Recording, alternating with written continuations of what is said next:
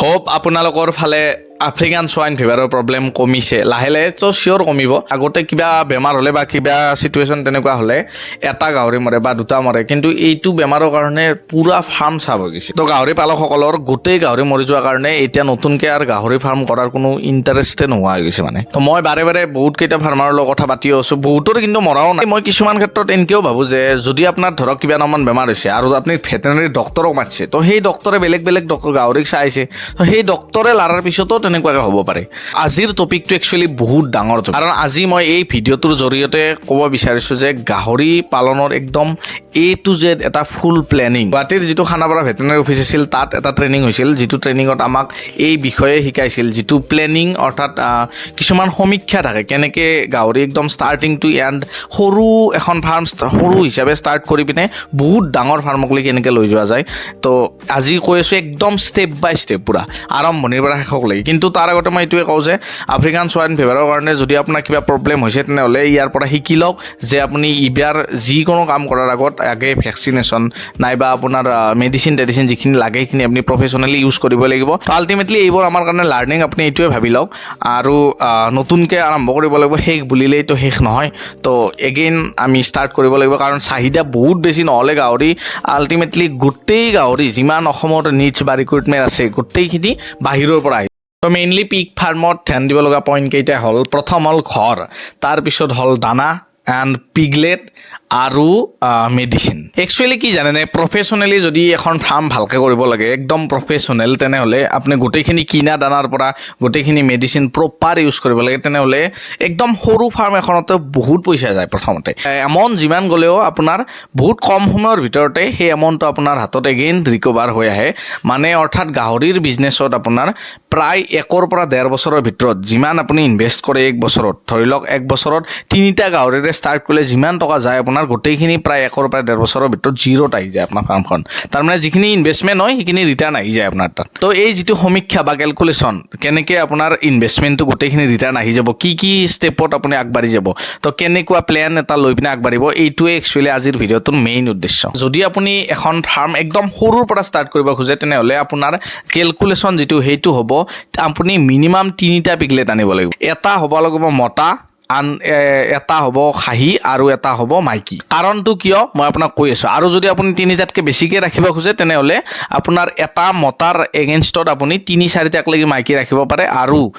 খাহী আপুনি 2-3টা বাঢ়াব পাৰে বা যিমান লাগে আপুনি বাঢ়াব পাৰে কিন্তু যদি একদম সৰুৰ পৰা আপুনি ষ্টাৰ্ট কৰিব খোজে তেনেহ'লে আপুনি মিনিমাম এটা মতা এটা মাইকী এটা খাহী 3টা গাহৰি আপুনি ৰাখিব লাগিব প্ৰথমতে মেইন আহিল ঘৰটো ঠিক আছে তো যদি আপুনি 3টা গাহৰিৰে একদম সৰুকৈ প্ৰথমতে ষ্টাৰ্ট কৰে তেনেহ'লে আপুনি ঘৰটো মই যে ফটোত দিছোঁ চাওক এনেকুৱাকৈ যদি আপুনি ঘৰটো বনায় তেনেহ'লে ধৰি ল'লোঁ আমি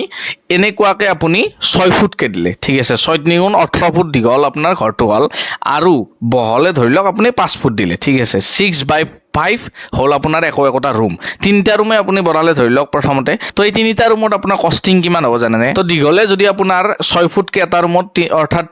টোটেল 18 ফুট হয় তেনেহ'লে আপোনাৰ 18 ফুট অৰ্থাৎ 1 ফুটত থাকে 12 ইঞ্চি তো 12 × 18 আপুনি মাৰিলে প্ৰায় 216 ইঞ্চিমান হ'ব তো 216 আপুনি 10 ইঞ্চিৰে ডিভাইড কৰি দিয়ক প্ৰায় 20ৰ পৰা 25টাৰ ভিতৰত আপোনাৰ ইকা লাগিব এক লাইনত আৰু যদি আপুনি হাফ ৱালকলৈকে বান্ধে তেনেহ'লে আপোনাৰ প্ৰায় এপ্ৰক্সিমেট 12 লাইনমান লাগিব ইকা ঠিক আছে হাফ ৱালকলৈকে আমি ধৰিলোঁ আৰু 2টা ৱাল আপোনাক লাগিব এটা পিছৰ ফালে এটা আগৰ ফালে 18 ফুট দীঘলটো মই কৈ আছোঁ তো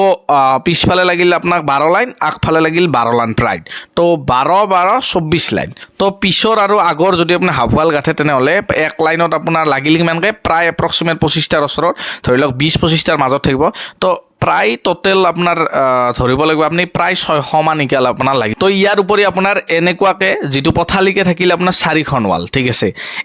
3টা ৰুম হ'লে 4খন তেতিয়া 5 ফুট যদি আপুনি বহলে ধৰে এখন ৱাল অৰ্থাৎ বহলটো আপোনাৰ ৰুমৰ 5 ফুট হ'ব তো 5 ফুটৰ 1 ফুটত আপোনাৰ 12 ইঞ্চি থাকিব তো 12-5 × 60 ইঞ্চি তাৰমানে 60ক যদি আপুনি 10 ইঞ্চিৰে ডিভাইড কৰে এটা ইকাত 10 ইঞ্চি থাকে দীঘলে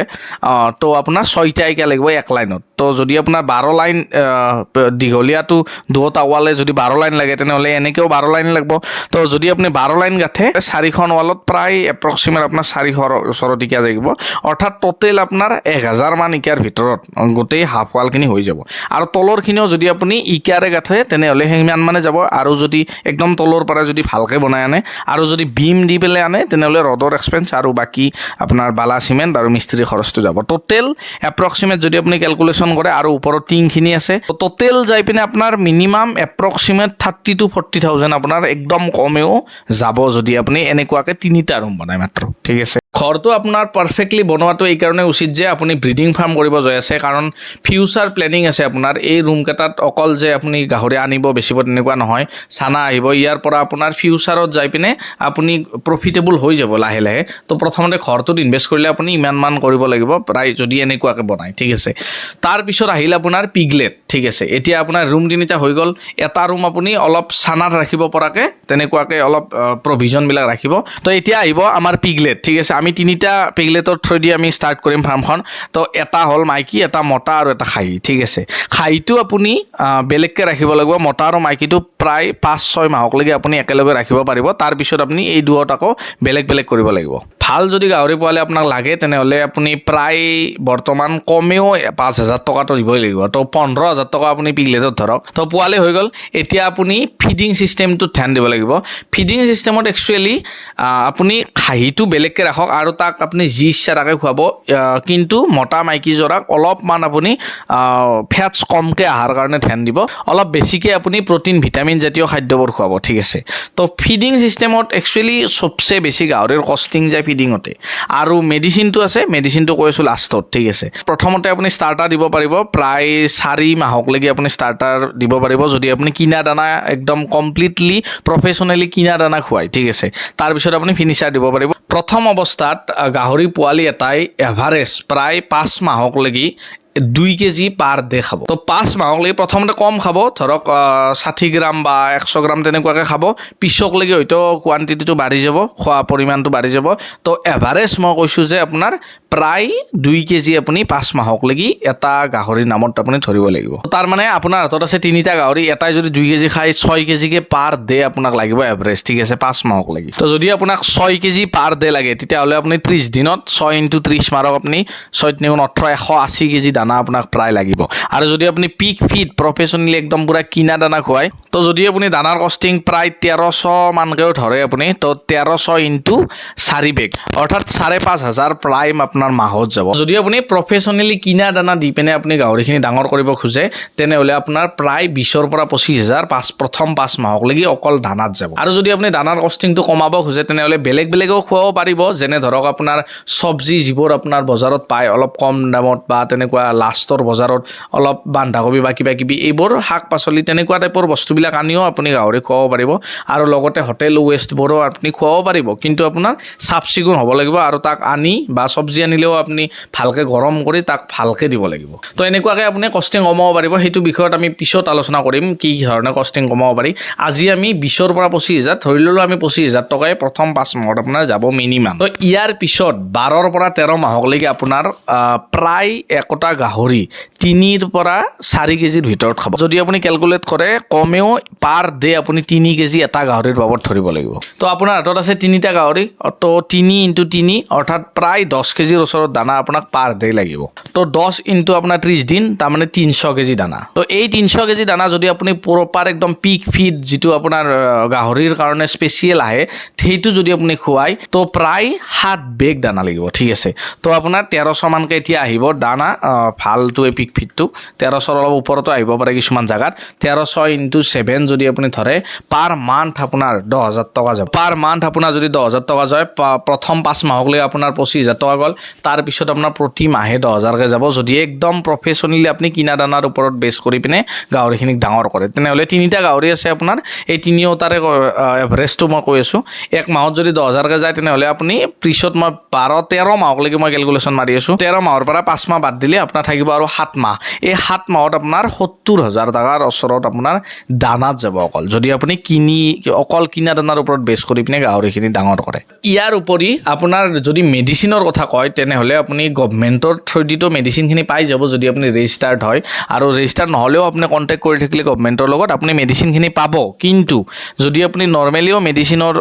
খৰচটো আপুনি ধৰিব খোজে তেনেহ'লে আপোনাৰ ভেকচিনেশ্যন নাইবা আপোনাৰ ডক্তৰক কিবা অসুখ হ'লে আপুনি মাতিলে তাৰ চাৰ্জ বা আপোনাৰ ডিৱাৰ্মিং পেলুৰ টেবলেট বা আপোনাৰ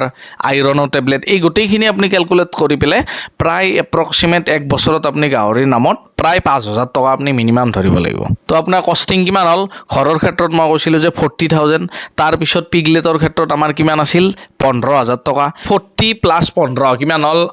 55 ঠিক আছে 55,000 গ'ল তাৰপিছত আপোনাৰ দানাত 70 আৰু 25 তাৰমানে 70 80 90 95 প্ৰায় 1 লাখ টকা তো 95ৰ লগত আপুনি 5,000 টকা মেডিচিনত ধৰিলে 1 লাখ টকা তাৰমানে 1.5 লাখ অৰ্থাৎ 1,55,000 টকা 1.5 লাখ টকা যাব যদি আপুনি 3টা গাহৰি প্ৰফেশ্যনেলি একদম ষ্টাৰ্টিং টু এণ্ড আপুনি ডাঙৰ কৰিব লাগে 13 মাহলৈকে ঠিক আছে এতিয়া মেইন কথাটো মই কৈছোঁ তো এইখিনি কেনেকৈ ৰিটাৰ্ণ আহিব যেতিয়া আপোনাৰ 5 মাহ কমপ্লিট হ'ব ঠিক আছে 6 নম্বৰ মাহৰ পৰা আপুনি কি কৰিব লাগিব মতা আৰু মাইকীটো ডিভাইড কৰি দিব এটা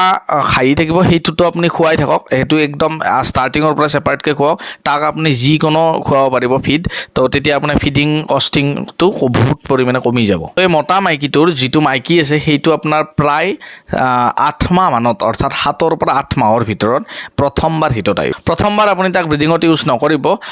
2-3 বাৰ যোৱাৰ পিছত আপুনি ব্ৰিডিঙত ইউজ কৰিব পাৰে অৰ্থাৎ 8 নম্বৰৰ লাষ্টৰ ফালে তাক আপুনি ব্ৰিডিঙত প্ৰপাৰ ইউজ কৰিব পাৰিব ঠিক আছে তো 8 নম্বৰৰ পৰাই গভমেণ্টৰ সমীক্ষা মতে কয় যে 3 মাহ 3 সপ্তাহ 3 দিনৰ পিছত একচুৱেলি সাইণ্টিফিক মতে পোৱালি জন্মে গাহৰিৰ অৰ্থাৎ 114 দিন 8-9 নম্বৰ মাহৰ মাজৰ পৰা যদি আপুনি কেলকুলেট কৰে তেনেহ'লে প্ৰায় 4 মাহ হ'ব 114 দিন হ'লে 13 মাহৰ ওচৰলৈকে আপুনি প্ৰায় প্ৰথম গাহৰিটোৰ চানা পাই যাব তো তাৰ উপৰি কি হ'ব আপোনাৰ যিটো খাচী আপোনাৰ হাতত আছে সেইটোৰ ৱেট প্ৰায় আপুনি 20,000 এমাউণ্ট আপুনি পোৱা হৈ যাব সেই গাহৰিটোত তো যদি প্ৰথমবাৰত প্ৰায় আপোনাৰ 6টা চানাও হয় তেনেহ'লে তাৰ আপুনি 2টা ৰাখিব লাগিব আৰু 4টা আপুনি যদি বিক্ৰীও কৰে ভাল চানা আপোনাৰ হ'ব নিশ্চয় তেতিয়া আপোনাৰ মিনিমাম 20,000 পাব তো খাচী এণ্ড এই যি 4টা চানা আপুনি বিক্ৰী কৰিলে 6টাৰ এই 4টাৰ আপুনি 20,000 পাব অৰ্থাৎ 20 + 20 40,000 এমাউণ্ট আপোনাৰ ৰিটাৰ্ণ আহি যাব 3টা গাহৰিৰে ষ্টাৰ্ট কৰা ফাৰ্মখনত আপোনাৰ 13 মাহ প্ৰায় 13 মাহৰ পিছত আপোনাৰ হাতত থাকিব 40,000 টকা আপোনাৰ ৰিটাৰ্ণ আহি যাব খাচীটো আৰু চানা 4টাৰ পৰা আৰু চানা আপুনি পাৰিলে নমৰাকৈ ৰাখিব ট্ৰাই কৰিব এটা দুটা মৰিলেও আপোনাৰ 4টা চানা আপুনি আৰামছে বিক্ৰী কৰিব পাৰিব প্ৰায় 6টাৰ ওপৰতে হ'ব 2টা আপুনি আপোনাৰ হাতত ৰাখিব তো 13 মাহ পিছত আপোনাৰ হাতত থাকিব এতিয়া 2টা পিগলেট এটা মাইকী এণ্ড এটা মতা তো যদি আপুনি এই 4টা গাহৰিৰো কেলকুলেট কৰে এমাউণ্টটো তেনেহ'লে এই মতা আৰু মাইকীটোৰো প্ৰায় এমাউণ্ট আপোনাৰ মিনিমাম 40,000ৰ ওচৰত আপুনি এই দুটাত পাব আৰু এই চানা দুটাত মিলিও আপোনাৰ প্ৰায় 10,000 টকা পাব অৰ্থাৎ 90,000ৰ ওচৰত আহি গ'ল প্ৰায় আপোনাৰ ঘৰটোৰ এক্সপেন্সক বাদ দি বাকী এপ্ৰক্সিমেট প্ৰায় গোটেইখিনি এমাউণ্টে আপোনাৰ ৰিকভাৰ হৈ গ'ল 1 বছৰতে ঠিক আছে তো ইয়াৰ পিছত 6 মান্থ পিছত আপোনাৰ এগেইন হিটত আহিব আৰু চানাকটো আপুনি বেলেগকৈ খুৱাব লগা নহওঁতে আপুনি মাকৰ গাখীৰতে বিক্ৰী কৰিব পাৰিব আৰু তেতিয়ালৈকে আপোনাৰ নতুন যিটো সৰু মাইকী আছিল সেইটোও আপোনাৰ হিটত অহা ষ্টাৰ্ট হ'ব আৰু যিটো খাচী আছে সেইটোতো আপুনি প্ৰায় ডাঙৰ হৈ পিনে এটা ভাল এমাউণ্ট পোৱা হৈ যাব আৰু চানা যেতিয়া 6 মাহৰ পিছত হিট আহিব তেতিয়া আপোনাৰ প্ৰায় 8 to 9 মান্থছ পিছত আপুনি যেতিয়া চানা পাব তো সেই তেতিয়া আপুনি চানা কোৱান্টিটিও বেছি পাব মিনিমাম 10টাৰ পৰা 12টালৈকে পাব আল্টিমেটলি আপোনাৰ প্ৰায় 2 বছৰৰ ভিতৰত আপোনাৰ গোটেই যিমান এমাউণ্ট গৈছে গোটেইখিনি জিৰ' আহি যাব অৰ্থাৎ যিমান ঘৰৰ কষ্টিং আছিল মেডিচিনৰ যিমান কষ্ট আছে এণ্ড এনাদাৰ যিবোৰ আপোনাৰ দানাত টোটেল 2 বছৰত যিমান গৈছে গোটেইখিনি আপুনি পুৰা কেলকুলেট যদি কৰে তেনেহ'লে গোটেইখিনি এমাউণ্ট আপোনাৰ ৰিকভাৰ